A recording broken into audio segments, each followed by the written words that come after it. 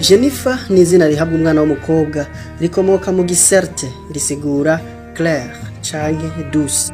Jennifer ni umwigeme yamana inguvu n'ubwira mu vyo akora, azirana n'ubunebwe kandi ntakunda kuguma ahantu hamwe, akunda kugendagenda, gukora ikarashishi eka ndetse no gutamba.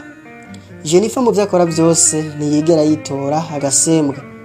Icivugo ciwe ni uwunkunda arankurikira. Jennifer akunda umuntu amukurikira, umuntu yemera uko ari. Jennifer afise umutima wo gutanga, ariko atanga agamije kuronka ibisumba ivyo yatanze. Jennifer arangwa n'imico myiza, atangaza umubonye wese kubw'umutima w'ishaka n'ihangiro aba afise mu vyo akora vyose. Ntayaga amasigara cicaro, agira ibishobisho vyinshi, ariko iyo aguye arazi kuvyuka. Ahomvye ntaco yihebura, araheza akivyukiranya hama akabandanya kwiruka n'ubuzima.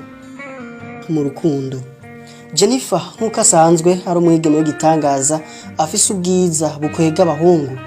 Agerageza uko ashoboye kose kugira ashobore gukwega izina musore. Biragoye ko ubona Jennifer naho ryo bari rya mbere ngo ugende utamukunze.